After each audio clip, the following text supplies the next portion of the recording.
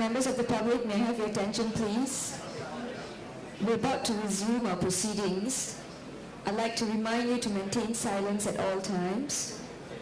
Tuan-tuan dan puan-puan, kami akan bersambung seketika lagi. Kalau boleh, tolong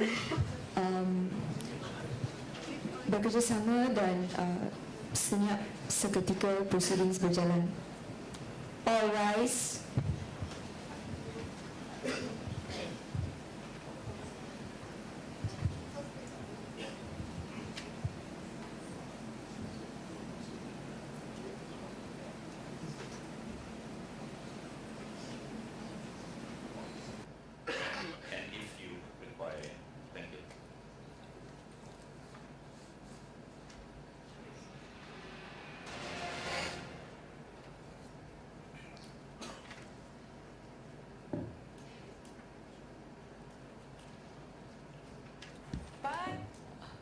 Okay, just in through, there are two videos. The first video is on the polling process, and it basically describes what the presiding officer must do, from 6 a.m.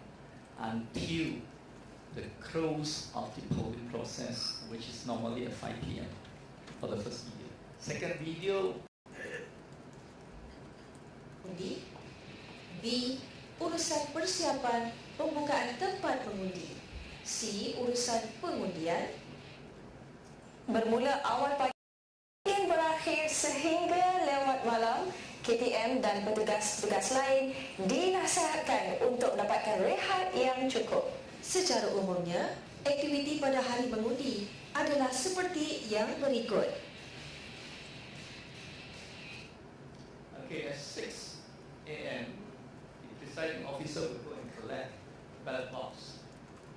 Yeah, and of course they have breakfast. Then 7th, he will arrive at the polling stations. Okay, between 7:50 to 7:55, he will seal the ballot box, and he ensure that the main entrance to the polling stations will be opened, and voters are already queuing outside. Yeah. And of course, not what is not mentioned here is the polling agent have a right to check the ballot papers as well as to obtain the number of ballot papers as well as serial numbers on the ballot papers, so that it can be recorded on a form called the Form 13. But 8 to 5 Stephen Chong, just to highlight, then you said mengisi maklumat asas borang-borang. So this is where has to be a recording on this form called Form 13 of all the ballot papers that are going to be received by.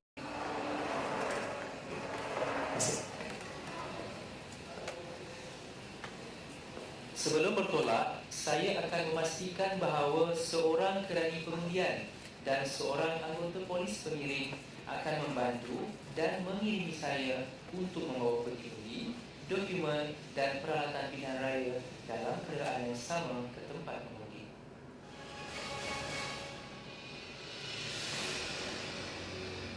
When he arrived at the polling stations, you had to prepare the room.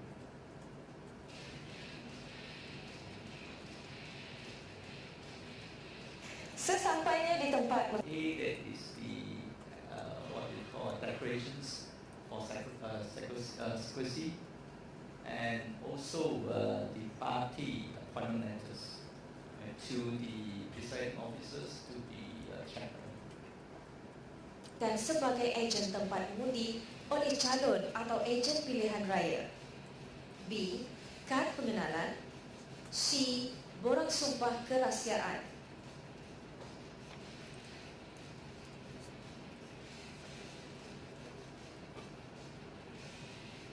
No party logos allowed inside the polling station.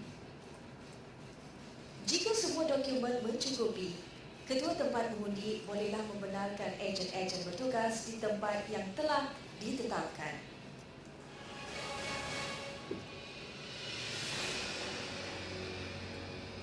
Sekarang tibalah masanya saya menyerahkan peralatan-peralatan pilihan raya kepada ahli pasukan saya. A. Kerani pengundian pertama yang menerima buku daftar pemilih pilihan raya, pensel dan pembaris. B. Kerani pengundian kedua yang menerima. Okay, this video is still prepared. Peti undi. Sebelum itu, KTM perlulah menunjukkan peti undi tersebut adalah kosong dan perlulah dilakon di hadapan ejen tempat mengundi. Sekiranya tiada ejen yang hadir, ia boleh dilaksanakan di hadapan polis yang bertugas If di there are no tempat polling mengundi. agent present, the presiding officer need to show the ballot box to the police officer.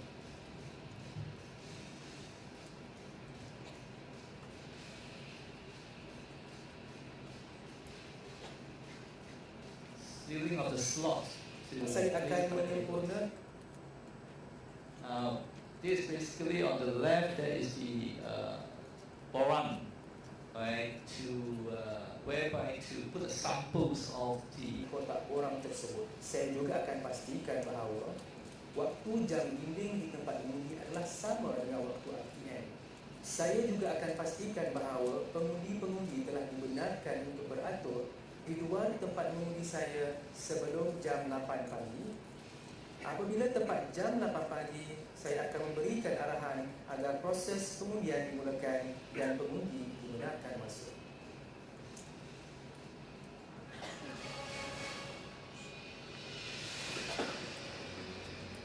polling process. Pengundi yang telah menyemak maklumat tempat mengundi, mereka di Barung SPR akan membawa bersama slip nombor saluran, kad pengenalan atau dokumen pengenalan diri yang lain ke tempat And his job is to make sure that the face looks similar to the photograph in the identification documents.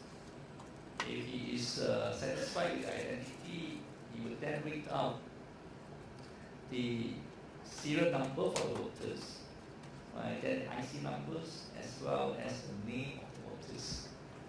He will read it out loud so that the polling agents is able to identify the voters in the electoral roll in their hands so that they can cross it out. Kenalan dan nama mereka bagi membolehkan ejen-ejen tempat mengundi pula menandakan nama pemilih tersebut dalam data pemilih kepunyaan mereka. Untuk menandakan nama, kerana pengundian pertama perlu meletakkan tanda garisan antara nombor bilangan dengan nombor kad pengenalan pemilih. Kerana pengundian pertama. Okay, just now we saw between the serial number and the names, right? There's a line. That is the job required of the clerk. That once a voter come in and he satisfies identity, registration department, a copy of the passport or a copy of the driving license.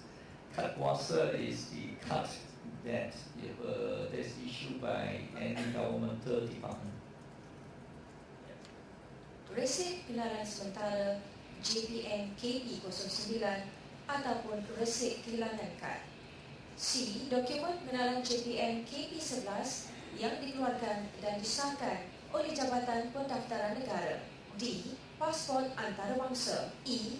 Lesen memandu bergambar. F. Kad kuasa yang dikeluarkan oleh jabatan atau pihak berkuasa kerajaan yang mengandungi nama, nombor kad pengenalan dan gambar. Tugas kerana pengundian kedua adalah mengeluarkan kertas undi dengan cara mencerai Or is stained with the indelible ink before he would check identity. undi. Menunjukkan tangannya untuk membolehkan beliau memeriksa sama ada jari pengundi telah dicalitkan dengan dakwat kekal. Tugas kerani pengundian kedua adalah mencalik jari pengundi dengan dakwat kekal. Calitan adalah di bahagian atas kuku jari telunjuk sehinggalah ke bawah. Sekiranya pengundi tiada jari, memadailah mencalitkannya di bahagian tangan atau anggota badan yang mudah dilihat.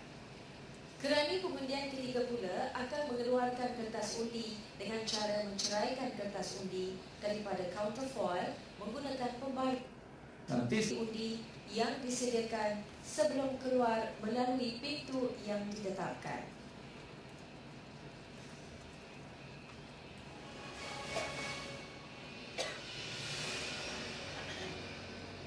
What if there's a long queue? Sekiranya berlaku kesesakan di mana jumlah pengundi yang beratur di luar tempat mengundi melebihi 20 orang, maka ketua tempat mengundi boleh mengambil tindakan seperti berikut. Pertama, menarik perhatian ejen tempat mengundi kepada situasi kesesakan. Kedua, memaklumkan kepada ejen untuk menggunakan tata cara pengundian bagi mengatasi kesesakan dan menjelaskan tata cara tersebut. Ketiga, menyerahkan buku daftar pemilih pilihan raya tambahan, pensel dan pembaris kepada kerani pengundian kedua.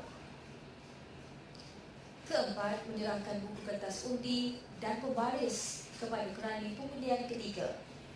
Kelima, membenarkan pengundi masuk. Okay. They long expected there will be long queue after if they implement the label ink. Therefore, there was a concern by the public and per se how to overcome long queue. This was their way to Dan maklumat pengundi yang hadir semasa pengundian dijalankan.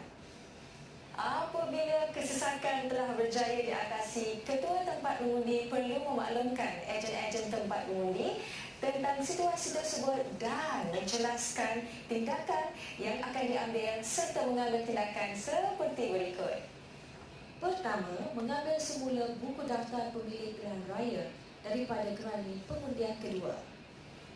Kedua, mengambil semula buku kertas undi dan pembaris daripada kerani pengundian ketiga dan memulangkannya kepada kerani now pengundian revert back to kedua. the more normal process after the queue, right, is what we constructed. Ketiga, mengarahkan polis pengiring untuk memulakan semula proses pengundian. Keempat, pengundian kembali berjalan seperti biasa.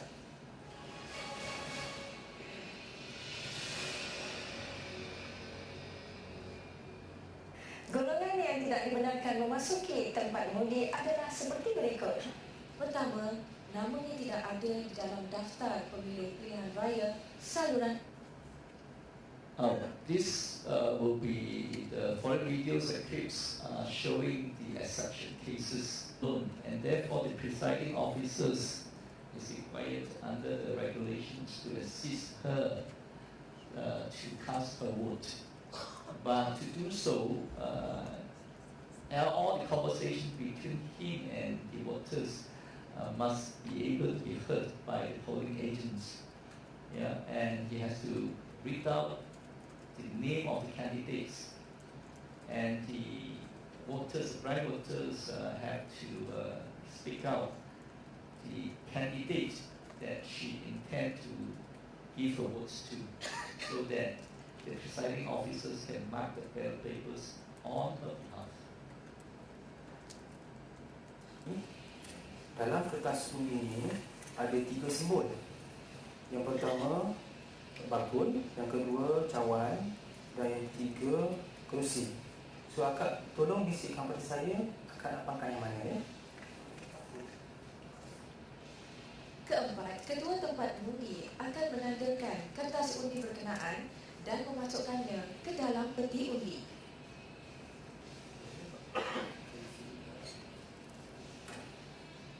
Suami, anak lelaki atau anak perempuan. Saudara itu hendaklah berdaftar sebagai pengundi di mana-mana bahagian. And a big observation here. This is based on the old regulations. Yeah. This video was prepared before the new regulations was enforced. The new regulation was enforced in around February this year, just before the elections. The rule was changed, whereby the person assisting need not be close relative as listed down there, and need not be a relative of the ballot papers. But if he does make the decision to issue ballot papers, he must compel the voters to fill in a Form 11 first before he could be issued a ballot paper. What is inside Form 11 is basically a declaration that the voters, right, is indeed the voters in the as listed in the electoral roll, and he has not voted or cast the ballot paper in any other polling stations in the same elections. Dan mengarahkan kerana pengundian mengeluarkan kertas undi seperti biasa. Keputusan Ketua Tempat Mengundi adalah muktamad. SPR boleh mengambil tindakan undang-undang terhadap sesiapa yang membuat akuan palsu.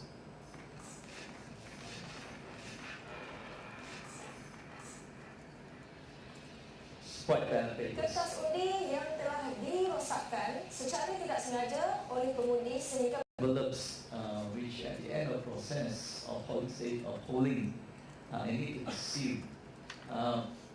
Now, if anyone caught attempting to bring out ballot papers, that means he did not drop the ballot papers inside the ballot box. If the presiding officer caught him, then it is duty to collect back the ballot papers and stamp spot ballot papers on the ballot papers and make a record of it, and also place in the envelopes which has to be sealed later on, and then it is his duty to make a police report on the voters who attempted to bring out the ballot paper, because it is an election offence to bring out a ballot paper. dalam keadaan di mana kertas undi yang telah rosak secara tidak sengaja oleh kerana pengundian sehingga menyebabkan kertas undi berkenaan tidak boleh digunakan lagi, Ketua Tempat Mengundi perlu mengambil tindakan seperti berikut. Pertama, menggantikan kertas undi baru. Kedua, tuliskan perkataan rosak di atas kertas undi yang tidak boleh digunakan dan batalkan kertas. Make a sample of the signatures on the Form 753. Now, I mean, if a rubber stamp is spoiled, because in the last election rubber stamp was used, so if a rubber stamp was spoiled, then he has to follow the same process of signing on the counterfoil and the ballot paper. Ketua Tempat Mengundi hendaklah mencatatkan bilangan pengundi yang keluar mengundi bagi setiap jam dengan menggunakan borang SPR 720, iaitu borang rekod pengundian setiap jam. Maklumat pengundi seperti banjir dan sebagainya yang mengganggu kelicinan perjalanan pengundian. Keempat, lawatan calon atau ejen pilihan raya. Kelima, lawatan ahli-ahli panel dan pegawai SPR. Keenam, apa-apa perkara yang dianggap sesuai termasuk cadangan penambahbaikan.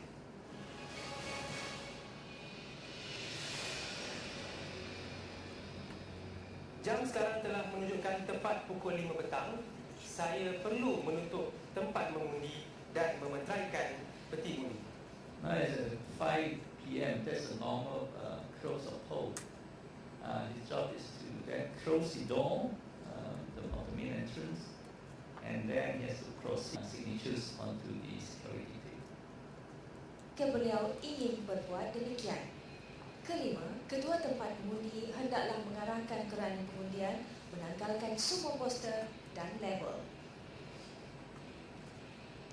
Keenam, Ketua Tempat Mengundi hendaklah So now they have to rearrange all the table and chairs to facilitate the counting of the ballot papers. So the table and chairs will be rearranged.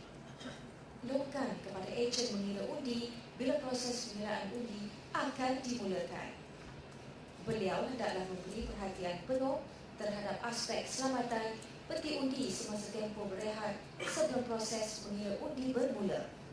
Perkara paling utama yang perlu saya berikan perhatian adalah pengisian borang 13. Borang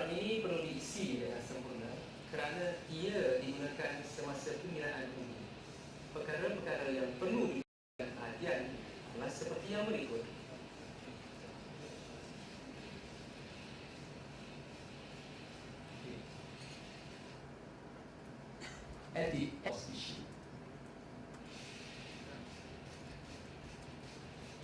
Ketiga, bilangan kertas undi rosak jika ada, iaitu yang telah diceraikan daripada buku kertas undi tetapi tidak dimasukkan ke dalam peti undi. Keempat, bilangan kertas undi yang tidak digunakan. Kelima, jumlah kertas undi yang sepatutnya berada dalam peti undi. Keenam, menandatangani orang 13 dan meminta ejen tempat mengundi dengan menandatangani juga supposed to be inside the box. And the form can be signed by Pengiraan undi dan C. Urusan selepas pengiraan undi. Beberapa Okey. perkara yang perlu diberikan perhatian semasa tempoh. Basically, the counting process is split into 3 stages. Stages before they count, they need to prepare something before they count. What they need to do is to open the ballot box, etc. And then B is the counting process. And third is after the counting, what are the things required of the presiding officer to be done before he can bring the ballot box with all the sealed envelope to the main tallying center. Pengiraan undi adalah seperti yang berikut. Orang yang dibenarkan hadir di tempat pengiraan undi: A. Ahli-ahli panel Suruhanjaya dan pegawai SPR. B. Pegawai pengurus, ketua tempat mengundi dan petugas-petugas pilihan raya. C. Calon dan ejen pilihan raya serta seorang Really inform the returning officers and get further instructions from the returning officer as to how and when to continue with the counting process. Sebelum memulakan proses pengiraan undi, saya perlu melakukan beberapa perkara seperti yang berikut. Pertama, menyediakan susunatur proses pengiraan undi. Kedua, memaklumkan kepada ejen bahawa proses pengiraan undi akan bermula. Sekarang kita masuk ke dalam proses pengesahan bilangan kertas undi. Tindakan yang perlu diambil adalah seperti yang berikut. Pertama, tunjukkan bahawa Or less than the number recorded in Form 13, then the KTM or presiding officer need to take certain steps as required by Regulation 25. Semasa proses pengiraan undi adalah seperti yang berikut. pertama, susunkan dulang undi belum dikira, dulang dengan simbol calon, iaitu ikut turutan kertas undi, dulang ragu dan dulang tolak. Okay, here's the number of trays. Paparkan kertas undi Trays for uncounted ballot papers, and tray for spoiled ballot papers, and then tray for doubtful ballot papers, and then the tray for each candidates or votes obtained by each candidates. Now, if the votes difference between the first and the second most candidates is less than 4%, it's 4% or less. This is how we count, 4% or less. Then the counting agents can ask for a recount. Yeah. So basically, C1 is the candidate with the most number of ballot papers, most number of votes, and 2 is the candidate with the second most number of votes. Yeah. So C1 minus C2 over Cn is the first. The candidate with the most number of votes and the candidate with the second most number of votes is more than 4%, then only he should transfer all the numbers into Form 14. Over here is here computer Form 14s, and they're asking for the counting agents to check and then to countersign on Form 14. Salinan borang 14 kepada ejen mengira undi. Yeah. And the KTM would then carry the bag and together with 2 envelopes, one enclosing the Form 14 and the another one enclosing the Form 13. yeah, and the ballot box with all the seal envelopes inside, accompanied by the police to the main tally center. In the main tally center, there will be no recounting, only of tallying the votes on each Form 14. But if there is any arithmetic error, rechecking of the arithmetic error. Akan kepada pegawai pengurus di pusat penjumlahan asli ini.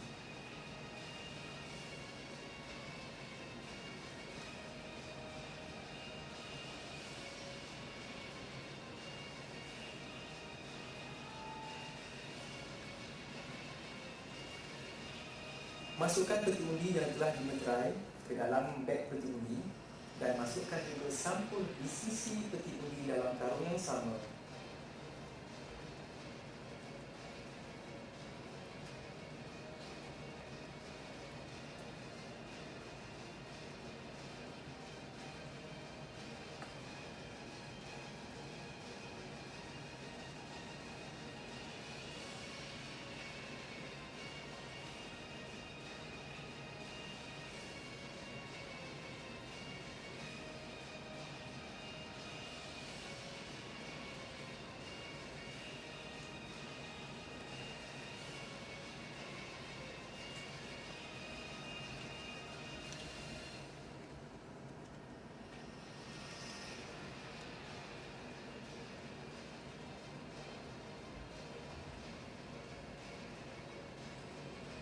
Of workers and stuff.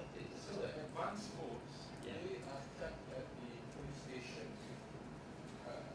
as I understand it, right? Before they are taken to the tally center on the closing day of the poll. Is Yeah. it? Or- Okay, no straight answer to you. Because this is entirely up to the jurisdiction of the returning officers. Certain places, they carry in the police stations. But certain places, it has to be returned to the office of the returning officer. He has allocated a room to be placed there, and it's locked, and he allowed the candidates to appoint. Specification for different categories of one's voters. Yeah. What's the justification for having them ahead of others? Sorry, I don't understand the question. What is the justification for having these different categories Oh. of advance voters? No justification to us as voters, because we have been asking to get rid of postal voters and get rid of advance voters. Now, the advance voters was previously they were actually postal voters because of the Person turns up to vote and discover that a vote has already been cast in the person's name. Yeah. So from that video I see that there's, it may be PP, but in this case, the It's name very is cross. struck off. Yes.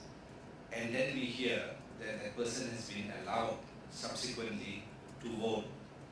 So what happens on the borang, or is there a rotation somewhere, or is that completely illegal?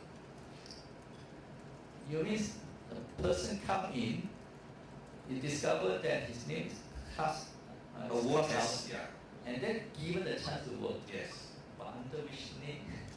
I haven't heard of. No, I think the case is, he goes there, Yeah.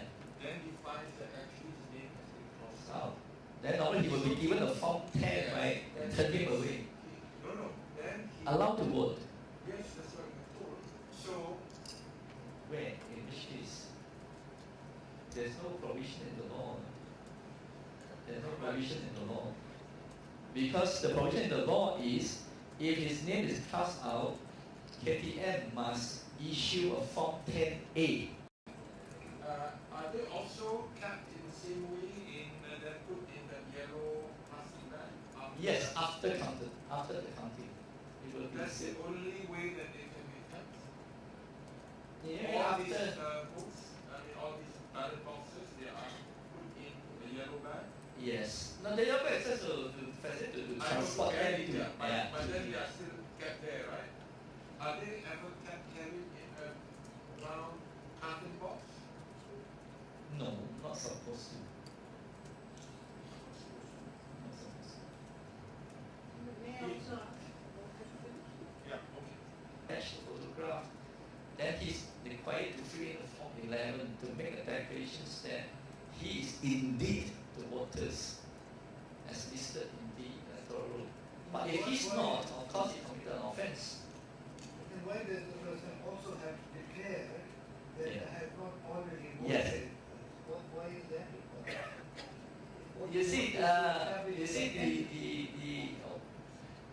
You see, we are not allowed, everyone is entitled to one vote. Yeah. Now, that question is to take care of the situation, as I say, is somebody take the IC of somebody is in doubt of the identity of the voters, then he is required, right, to use Form 11 and request the voters to fill in. This Form 11 is only referred to under Regulation 20. Yeah, Regulation 20. On the elections, conduct elections, Regulation 20. It's not mentioned anywhere else. How is it to doubt? How is it to doubt the identity of this person? He comes here with his identity card. Yeah. Okay. Now, all he says is that I don't know who did that, but I didn't come here, and I'm ready to fill this form. Now you look at the identity card. That's right. But at the end, the case. And so on, right? Then if the presiding officer any person acting under his authority, so then only the Form 10A comes in, you see?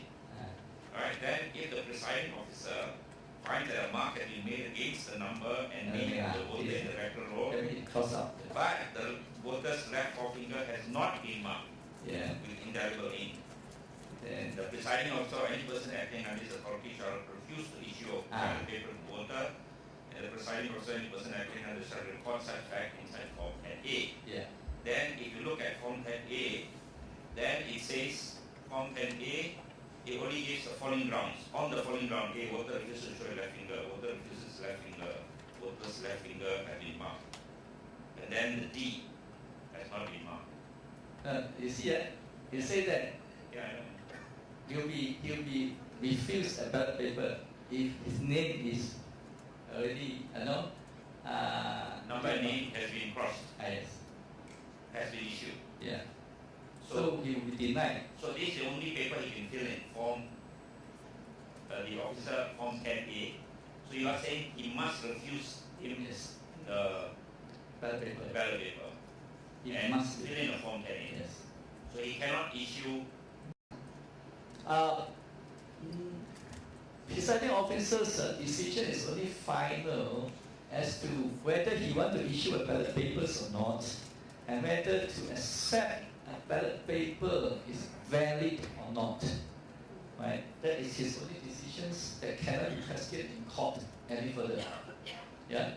But anything else as to errors on the Form 13, error on Form 15 is questionable in court.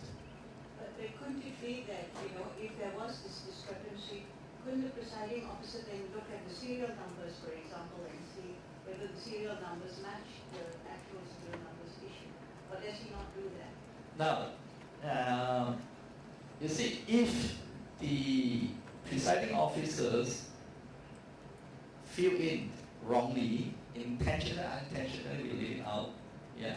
Now, because the counting agents was present, right? If the counting agents was trained properly, he would have rejected it and get it corrected there and then.